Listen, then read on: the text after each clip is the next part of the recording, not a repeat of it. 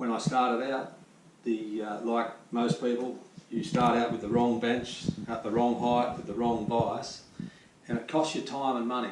And also it can be quite hard on your body. If your work isn't up at the right height, you start to get a sore back.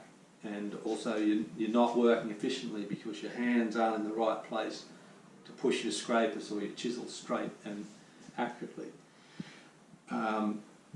Once I learned what I needed and put the correct biases on my bench, had my bench at the correct height, all of a sudden I became a lot more efficient.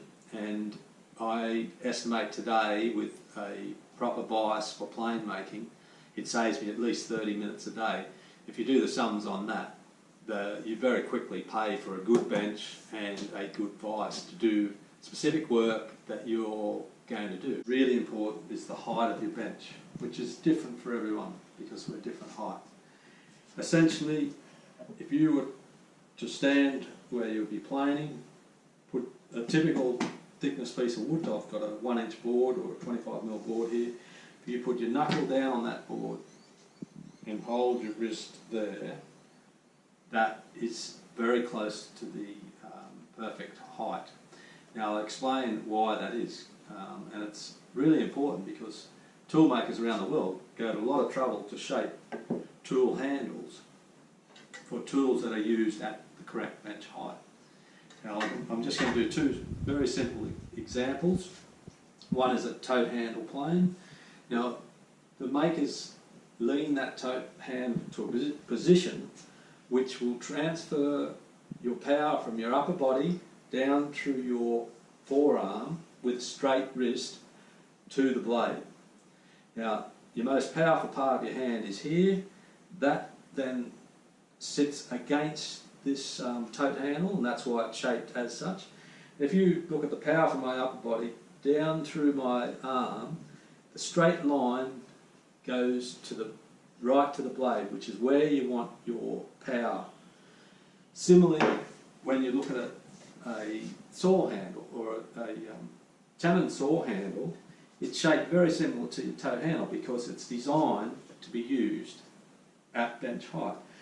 Exactly the same principle. Your power from your upper body comes down, it's transferred through the handle, and it aims at the middle of the saw, which is the average for when you saw it. So at no stage is your wrist bent. If you have a workbench which is too low, so I'm going to bring this plane down below workbench height, have a look at the shape of my wrist. It's bent, so I lose a lot of power through that bent wrist, and also I'll lose accuracy, particularly when you're sawing. So that's why bench height is very important. I've seen lots of videos which show bench heights quite low. Now, I'm not sure exactly why that is, but one possible reason is old wooden planes were about 4 inches high. So when you stand them on top of a piece of wood to be planed, if that was one of those planes, my hand would be up here. So in that case, if you're using big, thick, old wooden planes, then the bench would need to be lower than this. So whenever you make your bench, just remember it's easier to cut a little bit off the legs than it is to add to the length of your legs. So when you make it, if necessary, if you're not sure, make it a little bit higher than you think and then trim your legs down. But you should be able to come up with a pretty close estimate of the height by doing that.